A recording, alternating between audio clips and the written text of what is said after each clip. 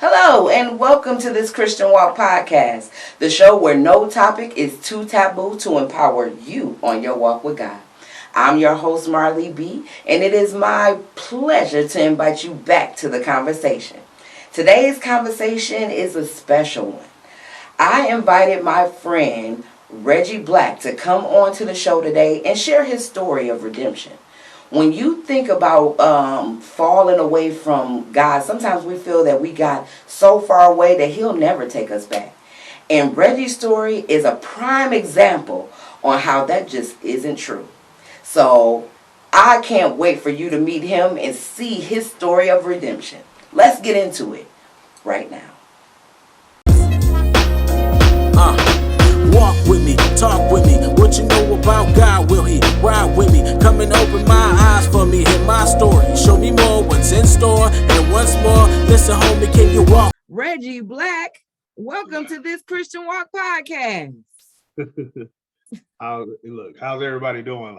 We all right. I'm the only one. We good. We good. I have to speak for everybody right now.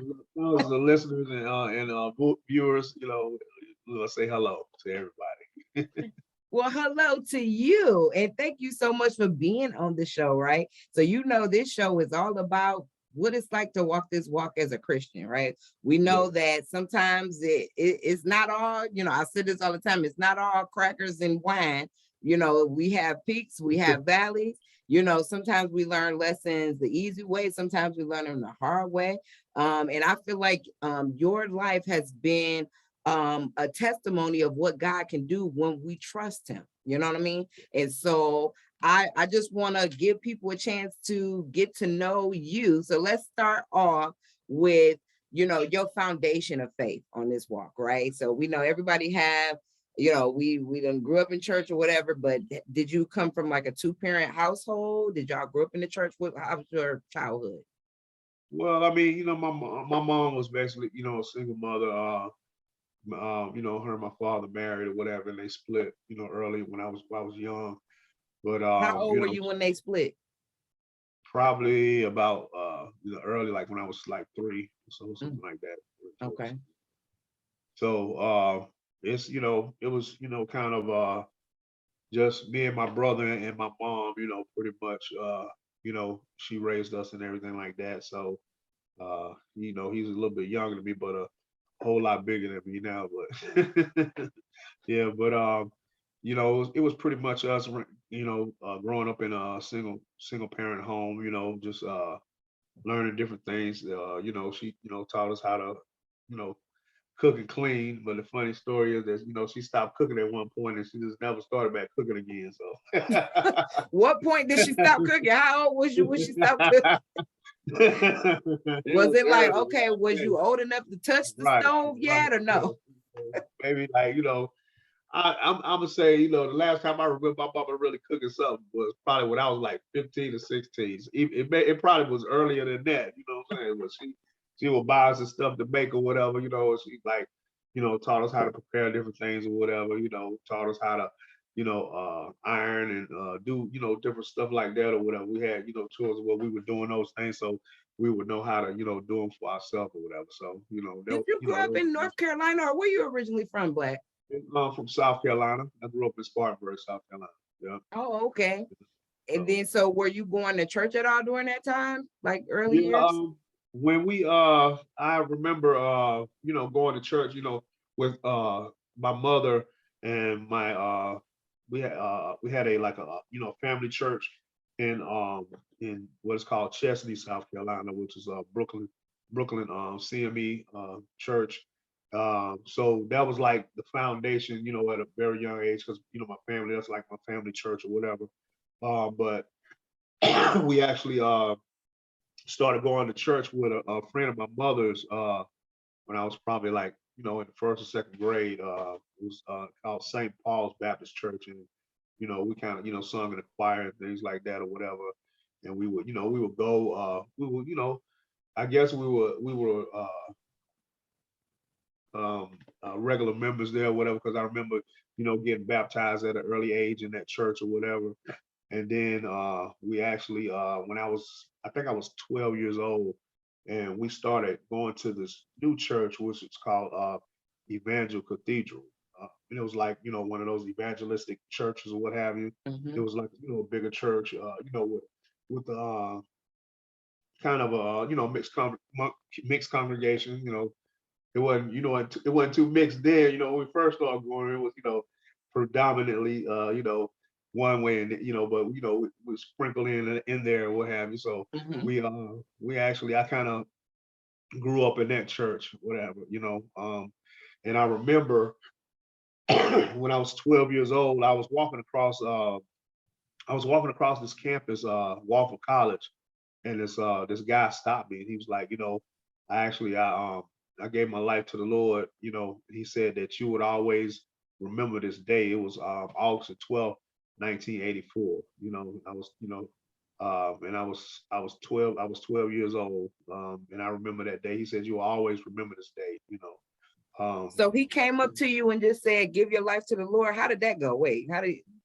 Well, I mean, it's like, he just he talked to me and what have you. I was walking. I don't know where I was going. I can't remember. I maybe was going to get a slice of pizza or something. We had this little place called King of Pizza that had like New York style pizza, and they had the little back in the day. We had to go to the arcade or whatever, and play Miss Pac-Man and stuff like that or whatever. So I was probably going to that place or whatever because it was close there, and he stopped me walking across the grass or whatever, and he began to talk to me or whatever, and actually, led me to the Lord or what have you. So, and I remember he said, "You will always remember this day." I can't remember his name or anything like that or whatever, but he said that you will always remember this day. So I always did. For some, I mean, it wasn't like I was, trying to hold it or whatever, but when I got older, I remember the day, and everything like that or whatever, And reflecting back. after that day, it was what changed as far as you giving yourself to the officially you did it like you was going to church pretty much because your mama was taking you before, right? And so Yeah. what was different after this day? And what happened was, I was like, I was at a point to where, I was trying to do, what I thought was right and everything like that. And I was trying to, live my life, as a teenager. I was 12 years old, so it wasn't, a lot, that was going on or whatever, but it was still me trying to be, involved in the church or whatever, doing, different things, playing basketball with the church and everything like that or whatever. And they had they had what they call a I think it's a master's program or something like that or whatever. And it was like you would go and stay with like a family or whatever, and like learn some like Christian values and stuff like that. I mean, I never got to actually go or whatever, but I was trying to get involved in that program or whatever. So, but it was like, just kind of trial and error, going to church. I mean, I seen a lot of things because that at the time, like I said, that that I guess denomination, because it was non-denominational or whatever, but it's like it was they were the other, evangelical faith and everything like that or whatever. So um all of the like I would say, prophets and things of that nature, a lot of speakers of that time or what have you actually came through that church or whatever. We actually had I think TD Jakes came to that church. I maybe was like 17 or 19 or something like that. Or it may be a little bit later on in life or whatever. But there was a lot of different influential people that came through, through that church or whatever, that spoke and things of that nature, that were invited and stuff like that. So it was How long not a were shit. you a member there? Um, my mother she still goes to the church now, but it's like they the they changed the church has actually changed or what have you. It's actually free will now, free chapel. It's free chapel, that's what it is. Free chapel. It's free chapel. So she still attends there now or what have you. And like I said, it was you know, it was quite an experience, going to the church. Like I said, we had what they call like cell groups, where it's kind of like, Bible study, but it wasn't like everybody come to the church or whatever and, have Bible study. It was like different, different groups that were, you would have different like little Bible studies in different sections of Like life town or whatever. groups or small Oh, yeah, groups. yeah, yeah, Oh yeah. yeah, I'm a part of a life group too, but it's definitely a blessing to get in those smaller ones and those Yeah. smaller groups because a lot of times people stay away from big churches because they think it's not, an intimate fellowship in there. But the key is to be involved and to utilize those groups. So that's definitely, I definitely can see how that was beneficial for you. Now, before, how long were you a member of that church? Like, how Um, old were you when you left? I guess what I say. I mean, I never. I mean, at that point I hadn't really uh, left yet because I was still like I guess as being a child or what have you, and being a member per se. I mean, I didn't really sign a membership or anything like that. As being 12, but it was kind of like my new family church at that point or whatever. Like I said, my mother, she's been going there, pretty much, all our life since then or whatever. So I would go back to the church, periodically and everything like that. I probably continued to go, regularly until I was probably about about 18 or 19 or something like that, when I got out of high school or whatever, kind of, doing my own thing or whatever. But um I So learned a what lot. what made you, stop going? Um, I guess just growing up, being a teenager or what have you, and different things, different things in life, happening or whatever, and going, I guess going my way to, I guess to explore different things or whatever. I guess, So what kind of things did you feel the need to explore at that time?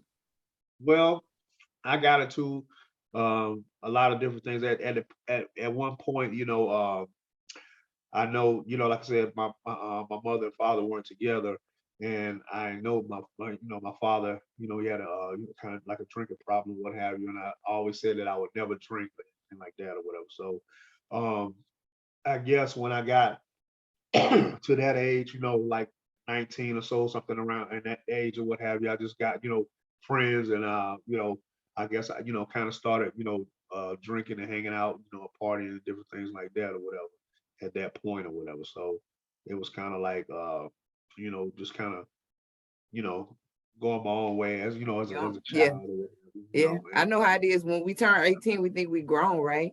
So right. when your dad left, did you maintain a relationship with him?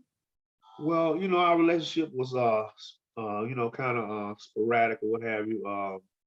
I would see him from time to time, but I knew who he was and everything like that or whatever. And it was like, I was just, talking with my wife the other day about that as far as kind of like, it seemed like I would, trying to, not to say trying to catch him or whatever, but, be in places where I knew he might be or whatever, to be able to see him or whatever, So he and, wasn't far from y'all.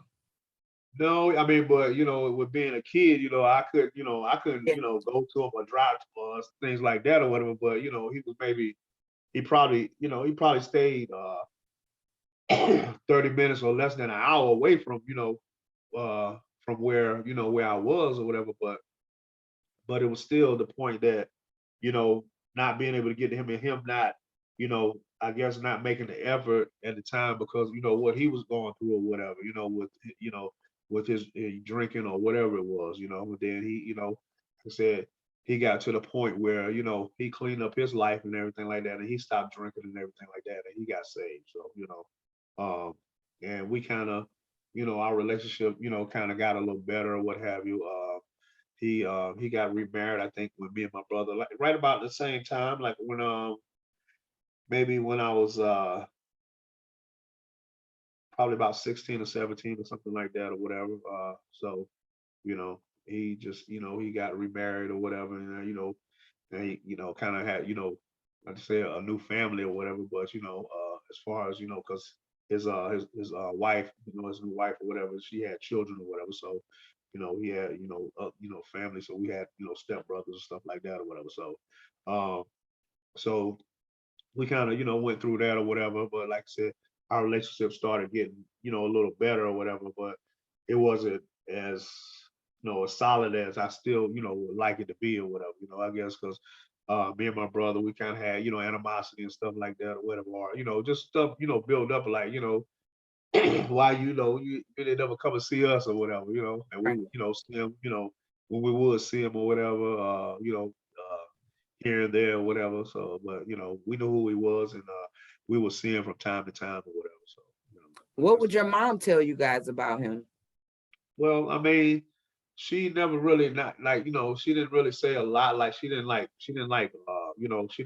downplay or bash him or anything like that or whatever. But it was just that she didn't really like uh she didn't talk bad about him or anything like that or whatever.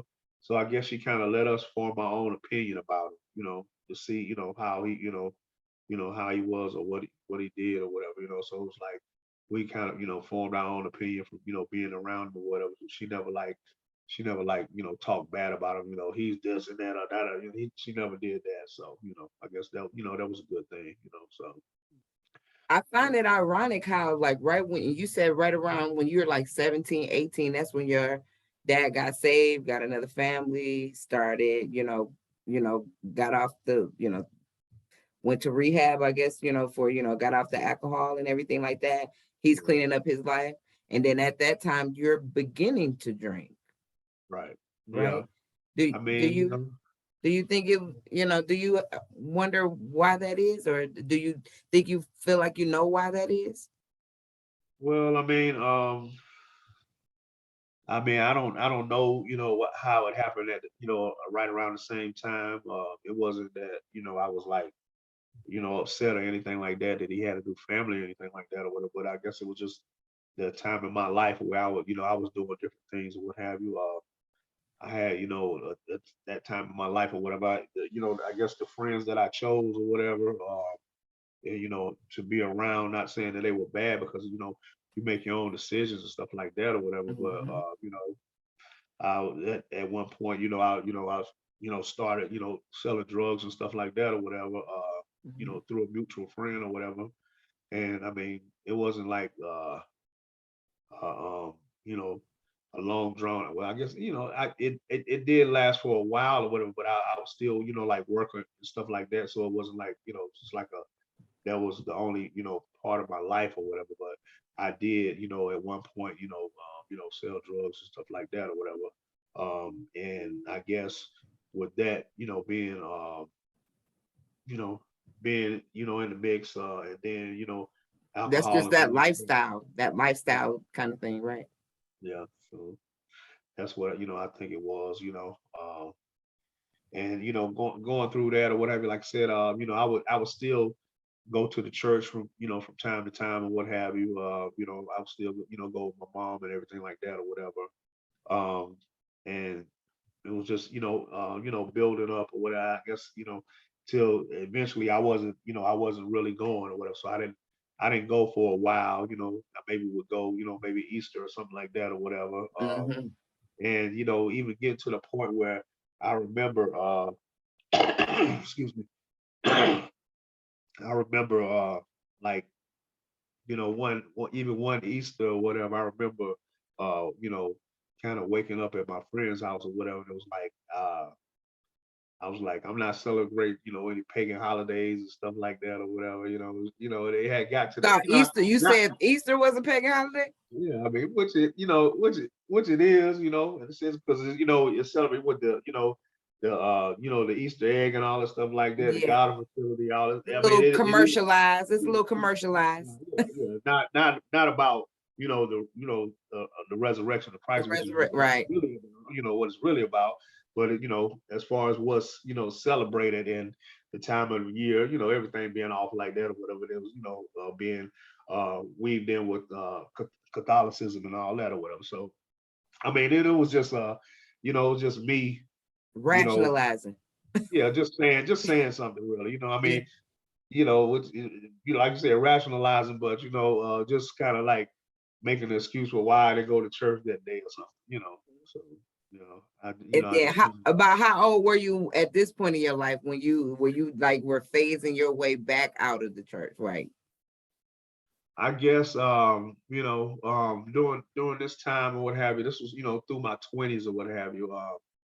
And I met my first wife. Like I guess I was probably about 22, something like that or whatever. So I had met her during that time or whatever. And, we didn't get married till sometime later or whatever. But that was during that period, what have you. So like I said, I was still, going to church, sometimes or what have you. But like I said, I remember at one point during that time or whatever in my 20s, that I remember saying that. I remember, waking up saying that because I had been drinking or whatever, and I stayed over my friend's house or whatever. I'm like, I ain't going to church. There's a pagan holiday or whatever. So it's just things that we do, to rationalize, I guess, the things that we do sometimes. So. Absolutely. And Yeah. you said that well, how old were you when you got married the first time? I actually got married. I was 28 when I got married first. And so y'all was together, what, 6 years? Yeah, About I six guess 6 years. years. Yeah, And yeah. then, so how was that? I mean, obviously it didn't last. Did it end? I don't know how it ended. Like, is she still with us? Well, I Like, guess she's not deceased, is she? So, no, or no, did, no. okay, so it did end in divorce. Right, right. Okay, Yeah. so how did that happen? Well, I guess I actually I got married and that's when I came to Charlotte, right before I actually got married the first time or what have you. So How I've been many in times have you been married? this is my second time. I've been This year? married like Oh, okay, cool, cool. That's what's up. I That's it. got Like, this is it. Okay. yeah. Okay, go back to the last one. I'm sorry. I didn't mean to cut you off. Yeah, but like I said, we got together when I was maybe I was 22 years old, and she was older than I was. How much She was older? 6 years, I think. So she was like 28 when I was 22 or whatever. So we kind of had the going together thing, whatever. You're like what's they said. I was trying to find a 6 year going together card. Uh, What I'm what? And she like, I'm pushing 30. Let's put a ring on it. I mean, and I got, we got we actually got married or what have you. It was we got married December 31st, 1999, and I was like, kind of like, in your mind, you're like, everybody like the world gonna end, in 2000. I said, let me do something right You before. know what? And did you get married just because you thought that the world might end? Because if so, like, you know what? Let me do something right before this one, You woke up the next day like, oh. I mean, how the world gonna, but yeah, I mean, not to say that that was part of it, but as far as like in my mind or whatever, just another thing, to rationalize it or whatever. Kind of we actually like broke up a few months before that or whatever, and I Before the moved out. wedding? No, I mean, well, before we got married, yeah, Yeah. we uh we actually broke up like in September, October, or something like that or whatever. And I went, I moved to stay with my cousin or what have you, and I mean, I met this girl during the time or whatever, and actually coming to find out later that during that little bit of time or whatever, the girl she actually got pregnant, so it was like and then after Whoa. after I got married, I found out about that, so I got married, in December, or whatever. Then she called me like maybe in February or something like that or whatever. So I'm like, oh Lord, what's going on? But yeah, we got married December 31st, 1999, and but and uh, kind of after that or what have you. I, had some things, going on or what have you. And I was trying to, you know, trying to straighten my life back out again, because What like I now? said, What did you now when you say I had some things going on? What were you trying to straighten out? Other well, than the just, fact that you have a baby on the way from a person that you had a fling well, with. I guess that was, I mean, not to say that that wasn't a concern or whatever, but just things, personal things in my life or whatever, as far as like, with the drinking and stuff like that or whatever, just trying to get my life back on track or whatever. So We at this actually, point, were you feeling like you had a drinking problem? well, I actually, I had gotten, DWI, what have you, and then, like I said, um, we, the place that she was working for, um, she was introduced to this ministry or what have you. Um, it was called Wind of the Spirit International Ministry, and that's where I met, my my my my apostle, um, my you know my father in Christ or what have you. But Your spiritual father. my spiritual father. He's actually deceased now or what have you. But Mhm. and I really learned a lot. As far as like the fivefold ministry and different things of that nature or what have you. I was ordained as a deacon and things of that nature. Just a lot happened. I stopped drinking for like 5 years or what have you, and that point I think it was like 2000, like 2000, 2001, somewhere around there or whatever. Mhm. Um, and you know, life happens, and things happen in your life or whatever, and it's like, uh, I guess the enemy comes to kill, steal, and destroy. So That's it. he was able to to get me off of my I say get me off of my square again or whatever.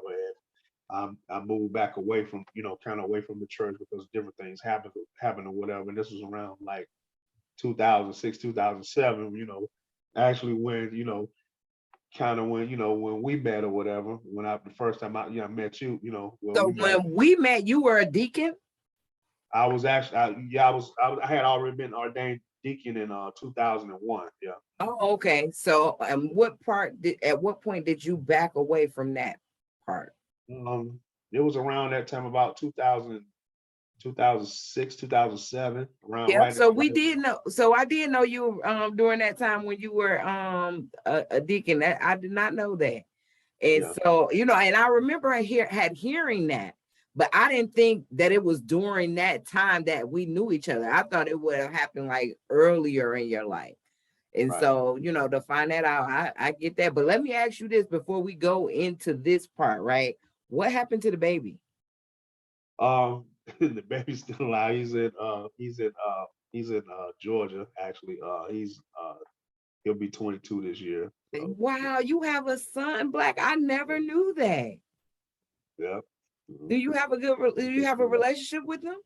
Yeah, we have a relationship. It's not as not as good as I want because of the way that I told you how my mother did that. She didn't say anything bad about my father or whatever. I mean, it was totally the opposite, on the other spectrum or whatever. Oh yeah. Oh, so she told him all the time how you And it was like just things that she was saying, not that they were true or anything, but it was just like she was saying these things or what have you, and it was like a just like a whole mess or whatever, what I mean. It's a lot to go into or whatever, but um but it was just a big mess or whatever. And she kept away from me for so long, and then I was able to see him, and it's kind of like one of these back and forth things or whatever. So Mm.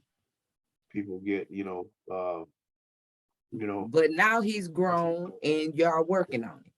yeah, Well, I would yeah, love to meet him one day. So you let me know when he's in town because I would love to meet him one day.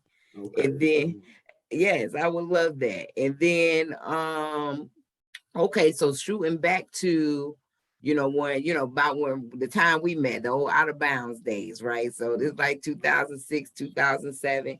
You said different things were happening, which caused you to pretty much stray away? Because it looked like pretty much the pattern here is when you start getting into whatever is going on that the Right. devil is working on you, you separate Exactly. yourself from the church. And that's Exactly. usually the that's usually the story for everybody though. You know what I'm saying? Because we don't want to face, that's when we got to really face us. You know what I Right. mean? So that's a common thing. So I definitely understand how it could be that. And Yeah. now, what kind of things were you facing, Well, that started that? we were kind of going through it. I mean, I'm not like, I don't go around like telling the story or whatever, but basically, um, I was doing a lot. I mean, not even, a lot that I would say or whatever, but um, she basically said that I was going to church too much. So, I mean, it was kind of, I mean, I mean, that's what happened. I mean, I can't say it any, and it's, and the enemy, like I said, he comes to steal, kill, and destroy, and he got all kind of tricks, and so it's like, That was a new basically, trick. yeah, she basically said that I was going to church too much or whatever, and this and that or whatever. I guess, um, you know, uh I thought I was, doing, things right or whatever, because like I said, I had stopped drinking or whatever. I wasn't going out, anything like that or whatever. And, I was, being at home, but, maybe, I guess, maybe, lack of communication or whatever, or, whatever it was or whatever. But, that was her excuse or whatever. And I was like, at first, I was like, I know this is just the enemy trying to, don't, trying to get me out. Heck, And then, and then the things that were happening, it just, kept happening, two or three, different times or whatever. So I'm like, I mean, I'm like, and I guess, like I said, backsliding doesn't happen overnight, so hmm it's like, things, just started progressing or whatever.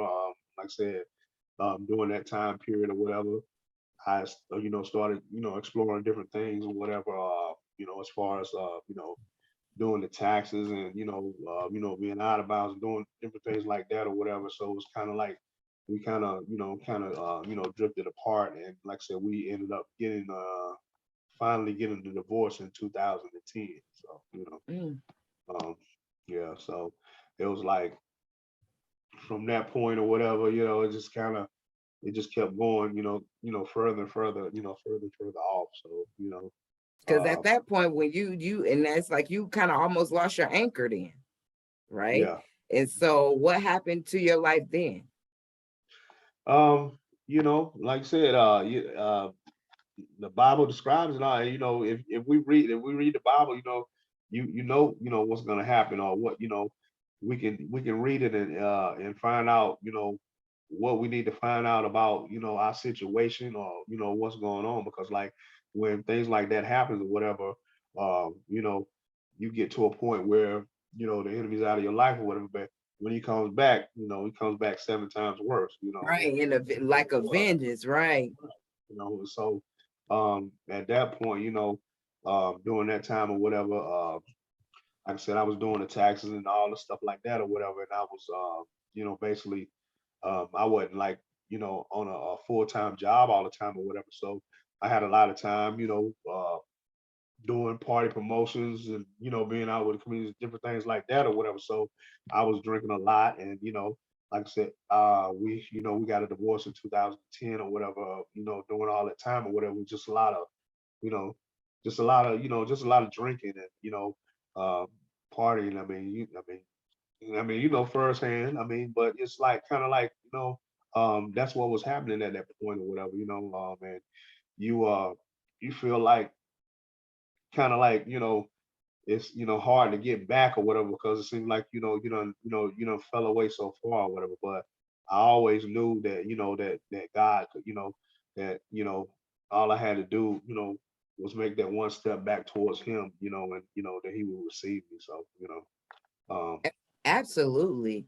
And at what point did you know, okay, this has to stop?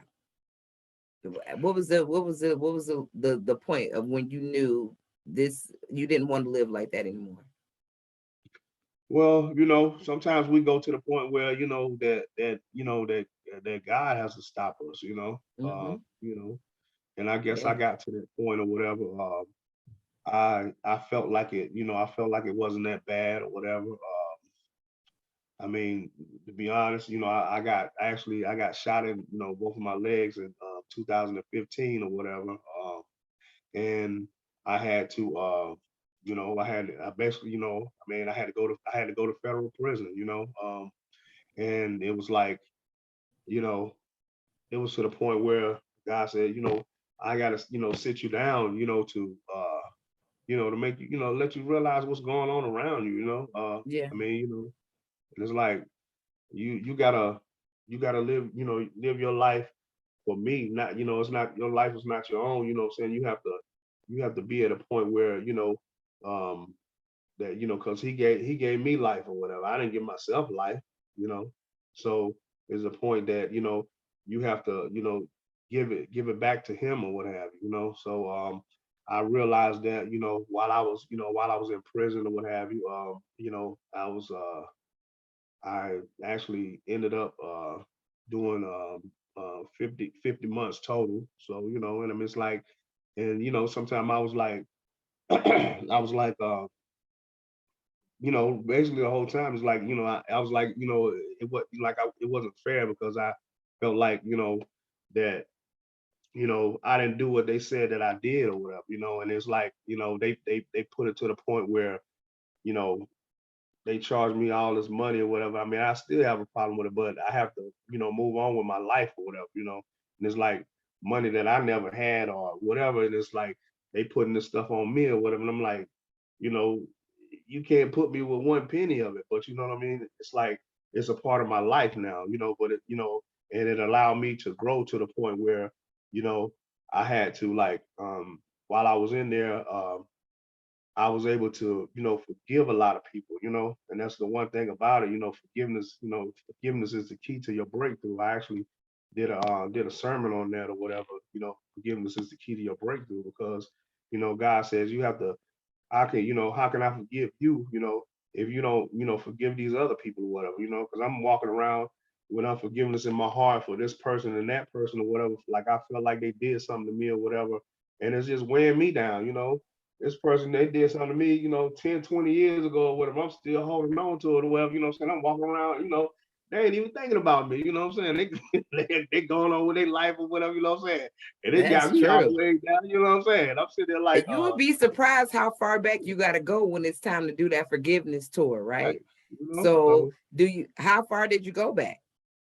I mean, I just, I had time to, to go back, just thinking about different things that happened in my life or whatever, and a lot of it, was contributed to, alcohol use or whatever. And I had to realize that, a lot of times when I got in trouble, mostly all the time that I got in trouble, I was, I had been drinking or whatever, So I had to realize that for myself or whatever. I'm like, all this stupid stuff keep happening to me, but the one common factor is that every time it happened to you, you was drunk, or you had been drinking or something, So you cut out that, you're gonna cut out a lot of stuff. Things gonna still happen to you, but that one main factor, it's gonna So that's why That was the you said you common got denominator.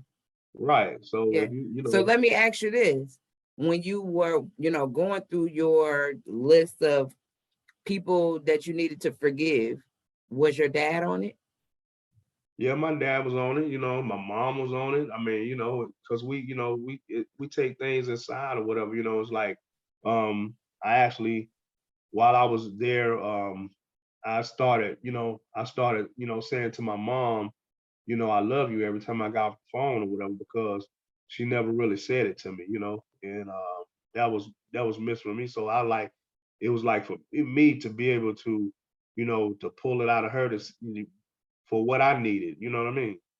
So, and Absolutely. like I said, I had to, forgive my father because he actually passed before this happened. He actually passed in 2008 from a heart attack or what have you. So, um, I remember when he passed or whatever, and I just doing a lot of drinking or whatever, because like I felt like I didn't, I didn't really like go and talk to him like I felt I should have or whatever. Like, maybe like I felt like I had more time to, to say something to him or kind of get things real. I mean, we were in a good space or whatever, but I still had, animosity stuff, that was going on with him or whatever. It is like, you know, um, I wasn't reaching out to him, so I guess he wasn't like he was putting like extra special effort to reach out to me or whatever either, but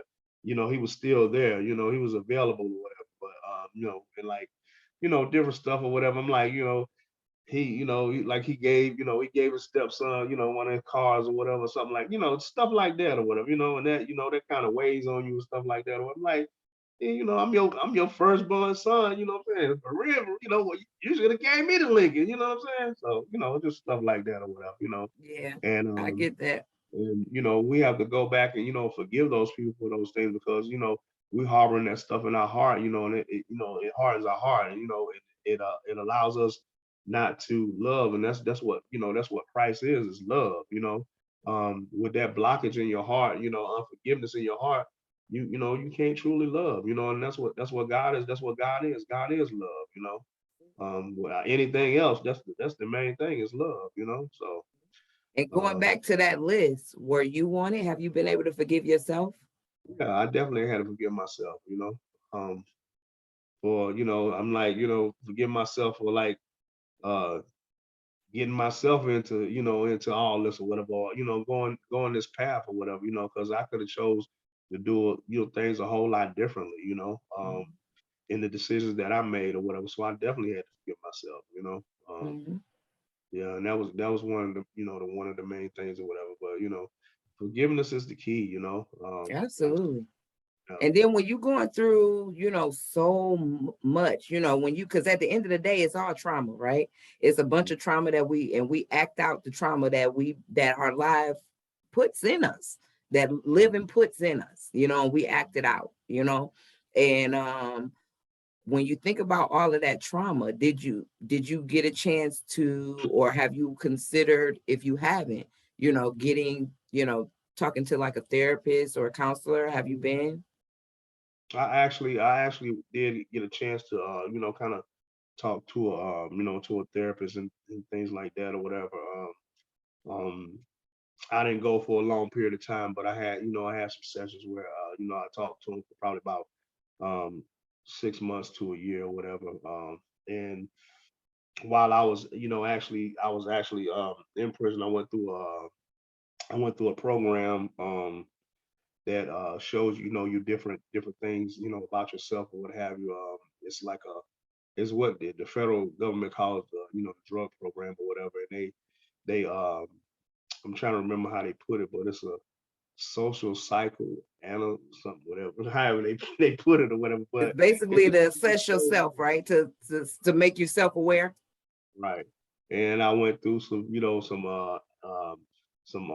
anger management classes, stuff like that as well. Because Hmm. sometimes you don't even realize that you're angry or you're mad at people because you feel like stuff is like it's not fair or just anything or whatever. Where I had to realize that you can't control what anybody else does. Only person that I control is me, or what That's I it. do or say or whatever. I can't make this person feel any kind of way. I can't make them say something that I want them to say or whatever. I mean, everybody got their own opinion or how they feel or whatever. That's it. And I had to realize I can't be mad at you because you feel some kind of way or whatever. I Hmm. mean, that's your opinion, that's how you feel or whatever. I can't get mad at your feelings, Right. but And at the end of the day, other people's opinion of you is none of your business. exactly, Yeah. keep it to All yourself. you could That's do, what it because is. all we could do is work on being our best self every day. If we work on trying to worry about what people thought of us, that's insanity. You It's can't, nobody has exhausting. time for that. Ain't It's nobody got time exhausting. for that. you know, it's But exhausting. through it all, Reggie, you have come out on the other side better. You look good. The first time I seen you after everything, I was just like, wow, Black looks great. And then I found out you get married. I said, okay, now. And then I met the wife, and she is just as sweet. And y'all look good together. Y'all seem so happy. You seem happy. And I was just like, wow. And while I didn't know all the details of everything, I was like, the Holy Spirit was on me, like, you got to have him on the show, because this is the epitome of what I'm trying to do. You are showing what God can do if we just trust him. You know what I mean? It don't matter how far gone we think we have gotten, you know, how low we have fallen. God will always pick us up if all we have to do is ask. And I commend you for doing that. And since you've been doing that, so what is it like on the other side of it? I was telling my wife the other day, I just feel like I'm living now, because like I get to experience, everything, not being, inebriated or whatever, a lot of stuff that I did in my life. I done a lot of things. I done seen a lot of people, been a lot of places and stuff like that or whatever. But now, with me being able to doing things now, it's kind of like I'm really experiencing them. And then through, with God being on the blessed side of it, with his favor and everything like that, you know, it's just, it's just phenomenal the things that he's done for me, like I said, coming out of prison and what have you. I actually was released from prison December 5th, 2019, and just, the things that he's done, since then or whatever. I mean, um, I I worked throughout the whole pandemic and everything like that or whatever. And it's just like, while I was, even while I was, in there or whatever, his favor and his mercy, that, I never got into one fight. I was in prison like almost 5 years. I mean, I had arguments and stuff like that or whatever, but you know, I never got into one fight, because he was there, protecting me the whole time or whatever, and I was trying to do my best, to serve him as well, singing on the choir and stuff like that, and going to church and like, serving him. And I just told him that, when I got out that I would, do everything I can to show him that he, he's a major part of my life that, that's changed, so that's what I've been trying to do, I mean, even come home, you still kind of get off track, like I said, at one point or whatever, you know, the same thing was happening, but I was able to, to recognize it and reel myself back in, because I had started back drinking at one point because I was like, it's not gonna hurt me, anything like that. Or it wasn't, but it's just a point that, that I was doing it or whatever. And then I just recognized, things happening or whatever. So I said, I mean, and I don't need it, you know what I mean? And that's the main thing about it, There's nothing that I need, so I can go, whatever I do, what have you. Some people are stronger than others or what have you. I'm not, trying to tell a crack addict to go around and nobody is smoking crack or nothing like that or whatever. But some people can handle things, better than others or whatever, And it's just the point that, I'm a pretty strong person or whatever, and whatever I do, it's my choice or whatever if I do it or whatever. So that's how I can, be around people that drink and stuff like that or whatever, and not be, influenced by that person to do so or whatever. But and that's just a strength that God gave me. Everybody's not that strong to do that. So I just thank him, what I'm saying, for covering me, for never leaving or forsaking me, and like I said, he's right there at that point to where, we feel like we've gone so far or whatever, but no matter how far you've gone or whatever, all you gotta do is turn around right there. He right there, no matter how many steps you feel like you took away from him, all you gotta do is turn around right. He right there. He wait, he just waiting for you to come. Yeah, and that's it, So That's it. it's just a Well, blessing, that is a beautiful thing. So we working now, we married now, and even embarking on a new career path, right? So it tripped me out when I found out that Black is doing comedy. What? And it's crazy because I've always known you to be around comedians. We know that you was like stuck to glue with the late great Birdman, right? Man, that was You used to be with him stuck like glue. I knew that. I knew you was always in the around comedians, but I never knew you had a desire to be a comedian. So what made you get back in that pool? I don't know. I mean, it wasn't like, I said that I wanted to be a comedian because I never really aspired to be one or anything like that or whatever. But it's just that, all my life is just, it's always, funny stuff that happened or whatever. And it's like with my friends and stuff like that or whatever, we always cracking jokes and doing with whoever I'm around, what I'm saying? It's something, it's something gonna be funny. I mean, I to the point sometime or whatever where I know I actually got jumped for What- I Black, actually got what? I actually got jumped Black, for that is not funny.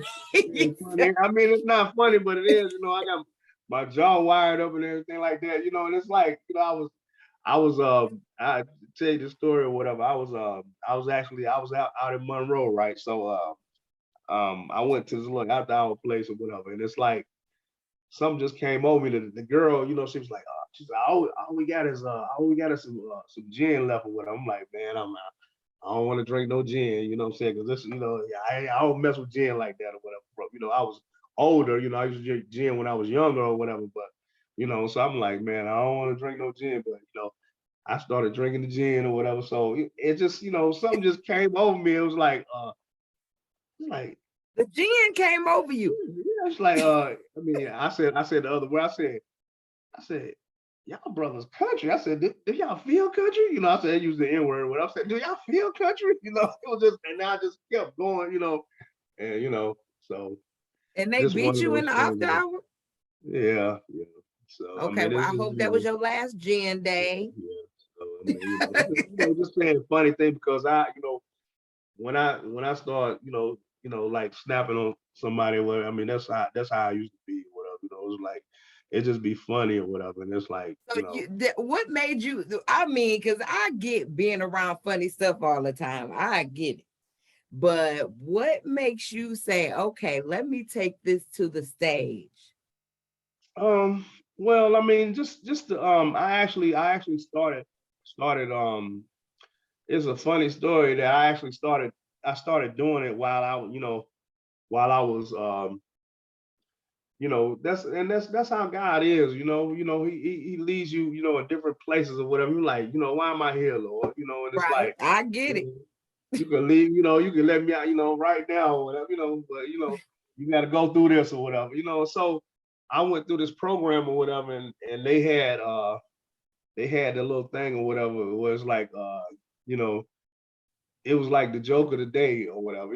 So, so I'm like, man, let me get on this thing, to pass the time or whatever. Yeah. And so I kind of got on it or whatever, and like the first joke it was like some stupid, little joke or whatever. They said, well, you got to tell a joke in order to be on the joke of the day committee or whatever. So I'm like, I said, I like, what do you call a cow with no legs? So, like, what was that? Ground beef, So I mean, Black. so that was Black. the I'm you know what? I'm so this is something, something that started while you were still in jail, and then you brought it out here and taken it to the stage. I'm super proud of you because it is not for the faint at heart, right? I was able it's to definitely see not. you in action when I went to the Pure Comedy taping. And what was that about a month ago? Yeah, Right, actually, right probably about about a month ago. And Mhm. so we got Pure Comedy coming. I'm gonna get you and Nick and Russell to come out here and we can talk more about Pure Comedy because that is good old clean. Oh, you got a flyer. That's it. That's Keep it it. You got a funny. flyer. Well, you know what? I'm gonna make sure I'm gonna make sure we get a picture to put on the back of the podcast too. But we're gonna talk about pure comedy before it actually hit TV screens this fall, because I'm proud of you for doing it. It's bold. It is Yeah. something that is just it's letting me know that you live in a life of faith. Right? When Right. you live in a life of faith, we got to do it boldly. We got to be fearless, and we have to trust God. And you Exactly. know what? You are not just talking about it, you are living it. You are walking the walk. And I appreciate you. I love you. I'm so proud of you for, taking the hard step, which is asking God for help and then following his lead. So Mhm. definitely commend you on that, sir. Yeah. So we actually, me and my wife, we're studying to be ministers right now. We're supposed to get ordained June 18th of this year. So we'll be ordained ministers next year. Congratulations. Hmm. That's amazing. So where do you see your ministry going? Where would you like to see it going? I don't, as far as I don't know if, I mean, I guess, God will give me the grace to, to preach or be a pastor if that's what it was. But that's what with my comedy where I try to keep it clean. I don't curse on my comedy and stuff like that or what Mhm. have you. And I try to involve God in it when I do it or whatever. So I definitely thank Him or what have you and acknowledge Him in all that. So that's the thing. I kind of see myself more in the marketplace doing different things or what have you because I have like an influence over people or whatever. I can kind of gather people and stuff like that or whatever. Mhm. So I see myself more in the aspect of that or what have you. But I'm sure I will be, preaching a word or something like that or whatever. But more like in the marketplace. So that's me. Spreading the gospel to people in different areas. Even with my business and everything like that. I have a website, realblessedliving.com. So with my commercial and residential restoration services and stuff like that or whatever. I can look at that or whatever that shows all the different types of services that my company provides or whatever. So Wait, give um, that website one more time. it's www.realblessedliving.com. Yeah, so. Mhm. And you're doing residential. What are you doing there? We're doing all types of, like electrical, HVAC, anything that has to do, with the home and everything like that or whatever. All types of repair services, for the home and things of that nature. So we would do some transportation stuff. So yeah. Excellent. Well, you go ahead and do your thing, Black. You go ahead and do your thing. I am super proud of you, sir. You keep on doing it and you keep on doing it for the kingdom. I like Hmm. that. Always represent him, always acknowledge God, and he gonna continue to take you higher and higher. I thank you for coming up to the show today to share your story. And we're definitely gonna have to have you back on so that we can continue to monitor what God is doing in your life because I'm excited to see it. Okay. All right. I appreciate it. Thank No you so much problem. for I having appreciate me. you for being here. Okay. All right. Thank you so much to my guest, Reggie Black, for coming on to the show and sharing your story of faith. I want to be clear about the fact that it's not easy to come on here and tell your story. And I commend you on your bravery. I thank you for trusting me with your story. If this conversation spoke to you, please like it, please share it, and definitely please subscribe to my YouTube channel. And remember, you can also listen to us on Apple Podcasts as well as iHeartRadio if you want to listen to us on the go. All right? So when it comes to redemption, sometimes we can feel like we fell away and we're just so far from God that we can never go back. But I just want you to know that is the enemy talking, right? Our God is forgiving. Our God has the ability to turn everything that you went through for your good. He wants you back. You don't have to worry. You don't have to wonder. All you have to do is seek him, trust him, and know that our Redeemer, he lives. So thank you so much for watching. And I want you to never forget, on this walk with God, I know loving God can be easy. Trusting God can be hard. But I believe that we can all get there one step at a time on this Christian walk. You have a great day. Walk with me, talk with me. What you know about God? Will he ride with me? Come and open my eyes for me. Hear my story. Show me more what's in store. And once more, listen, homie, can you walk with me? Talk with me. What you know about God? Will he ride with me? Come and open my eyes for me. Hear my story. Show me more what's in store. And once more, listen, homie, can you walk? Can you walk? Let's walk.